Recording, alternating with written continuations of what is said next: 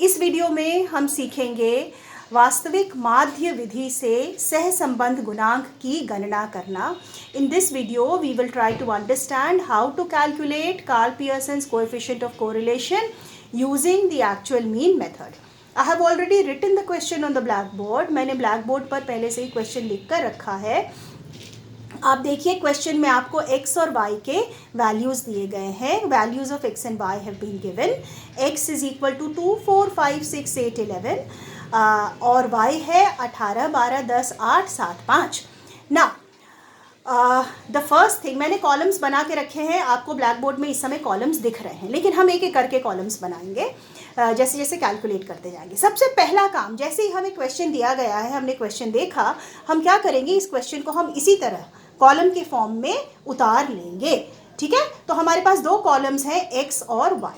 उसके बाद हम क्या करेंगे, हमें सबसे पहला काम जो करना है वो है हमें x का निकालना है mean. We have to find out the mean of x first of all, first thing.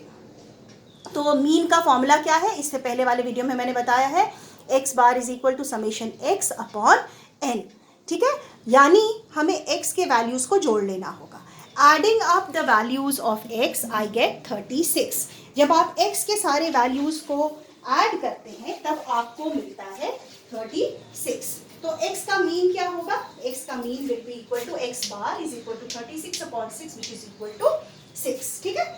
Second thing, आप y का मीन कैलकुलेट करिए. So adding up the values of y we get 60. y के सारे values को add करके हमें मिलता है 60. So y bar is equal to 60 upon 6. What is 6? 6 is the number of values. 6 है पदों की संख्या. कितनी संख्या हमारे पास, 1, 2, 3, 4, 5, 6. यहाँ भी 6 है, यहाँ भी 1, 2, 3, 4, 5, 6, 6 है. ठीक है, that is why we divide with 6. So y bar is equal to 10. Okay, तो first step done.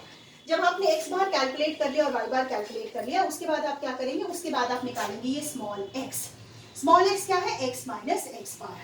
तो x माइनस x बार एक एक करके हम निकालते हैं, यानी x के हर एक वैल्यू में से आपको 6 को घटाते जाना है. 6 है x बार. सो 2 minus 6 minus 4, 4 minus 6 minus 2, 5 minus 6 minus 1, 6 minus 6 0, 8 minus 6 plus 2, 11 minus 6 plus 5. ठीक है, यहाँ जोड़ने की जरूरत नहीं है क्योंकि फॉर्मूला में हमेशा हमारे पास समेशन x नहीं है. अब हम निकालते हैं y माइनस वाई बार. आपने अगला कॉलम बनाया. y माइनस वाई बार मतलब क्या करेंगे, y के हर एक वैल्यू में से हम 10 को घटाते जाएंगे. सो 18 minus 10 is plus 8, 12 minus 10 plus 2, 10 minus 10 0, 8 minus 10 minus 2, 7 minus 10 minus 3 और 5 माइनस 10 माइनस 5. ठीक है, इसको भी जोड़ने की जरूरत नहीं है. x और y निकालने के बाद हम नेक्स्ट निकालेंगे x स्क्वायर. यानी ये जो x के वैल्यूज आए हैं इन सबको हम स्क्वायर करते जाएंगे और स्क्वायर वैल्यूज हमेशा पॉजिटिव होंगे. तो 4 into 4 16, 2 into 2 4, 1 into 1 1, 0 into 0 0, 2 into 2 4 और 5 इंटू 5 25. इन सबको हम ऐड करना होगा. फॉर्मूला में हमें समेशन x स्क्वायर चाहिए. ऐड करके कितना आएगा, 6 प्लस 4 10, 11, 15, 20 का 0, कैरी 2, 3, 4, 5. ठीक है ना. तो समेशन x स्क्वायर कितना आ गया हमारा, 50 आ जाता है. अब हमें निकालना है summation y square. Summation y square हो जाएगा 8 8 जा 64, 2 2 जा 4, 0 इंटू 0 इज 0, 2 2 जा 4, 3 3 जा 9, 5 5 जा 25. इसको भी हमें जोड़ना होगा. जोड़ के कितना आएगा, 4 प्लस 4 8 प्लस 4 12, 12 प्लस 9 21 और 21 प्लस 5 26 का 6, कैरी 2, 6 7 8 9 10. तो 106 हमारा आ गया y स्क्वायर. अब लास्ट हमें निकालना है समेशन एक्स वाई, यानी x और y को मल्टीप्लाई करना है. अब ध्यान दीजिए, मल्टीप्लाई करते समय आप साइंस को जरूर देखेंगे. नंबर्स को जब मल्टीप्लाई करेंगे तो साइंस का ध्यान रखेंगे. माइनस 4 इंटू प्लस 8, तो माइनस इंटू प्लस माइनस, सबसे पहले साइन सही करिए, फिर 4 8 जार 32. उसके बाद माइनस 2 इंटू प्लस 2, तो minus into plus again minus, 2 2 jar 4. -1 into 0 तो 0 हो जाएगा, 0 इंटू -2 0 हो जाएगा, +2 इंटू -3, प्लस इंटू माइनस क्या हो जाएगा, माइनस होगा, और 2 3 6 हो जाएगा, again plus into minus minus, और 5 5 25। अब इस सब को भी ऐड कर लीजिए, ये सब ऐड करके कितना आएगा, 2 + 4 6, 6 + 6 12, और 12 + 5 17 का 7, कैरी 1, 3 + 1 4 5 6। बच्चों ये सारा नेगेटिव था, इसलिए मैंने सबको एक साथ ऐड कर दिया।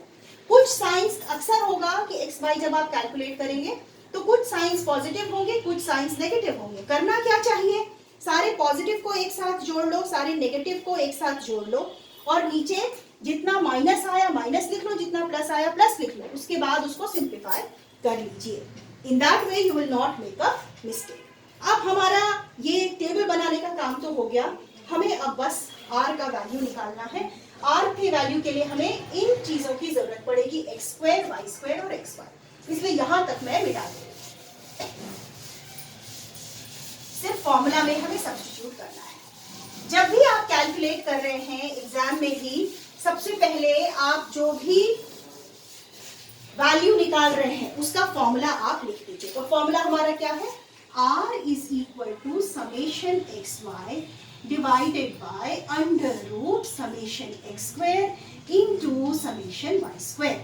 अब आप कोई गलती नहीं करेंगे। समेशन xy कितना है हमारा, -67 डिवाइडेड बाय √ समेशन x² कितना है, 50 इंटू समेशन y² क्या है, 106।